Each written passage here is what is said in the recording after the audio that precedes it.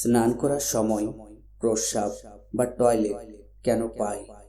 আপনি কি লক্ষ্য করেছেন স্নান করতে গেলেই হঠাৎ প্রস্রাবের চাপ বেড়ে যায়? একটু আগেও কিছুই ছিল না, কিন্তু শরীরে জল লাগতেই কেন এমনটা হয়? এটা কি শুধু কাকতালীয়, নাকি এর পেছনে লুকিয়ে আছে শরীরের এক গোপন রহস্য? বন্ধুরা, জীবনে কোনো ঘটনাই হঠাৎ করে ঘটে না।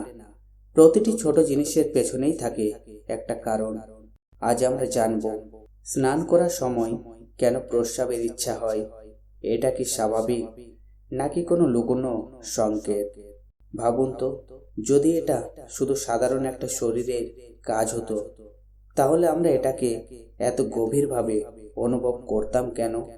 স্নান শুধু শরীর পরিষ্কার করার জন্য নয়, এটা এমন একটা প্রক্রিয়া যেখানে আপনার শরীর, মন আর চেতনা সব একসাথে কাজ করে।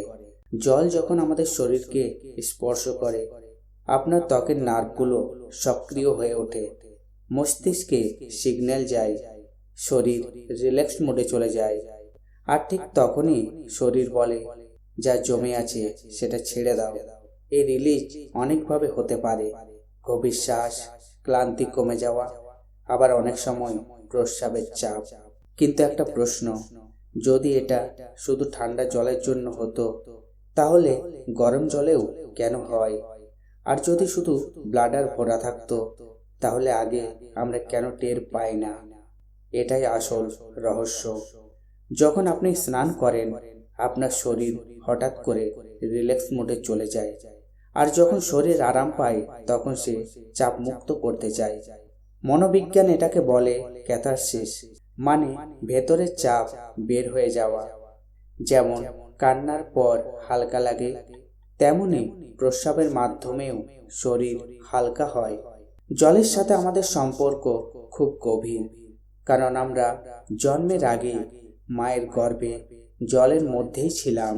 তাই জল স্পর্শ করলেই আমাদের অবচেতন মন সক্রিয় হয়ে যায়, শরীর দ্রুত আরাম খুঁজতে থাকে। এই জন্যই স্নান ভালো লাগে, নদী বা সমুদ্রের পাশে বসতে ভালো লাগে। শেষে একটা গুরুত্বপূর্ণ কথা, তাহলে কি এটা একদম স্বাভাবিক?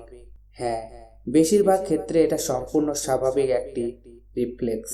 কিন্তু যদি খুব বেশিবার হয় বা হঠাৎ নিয়ন্ত্রণ করতে না পারেন, তাহলে এটা কোনো শারীরিক সমস্যারও ইঙ্গিত হতে পারে।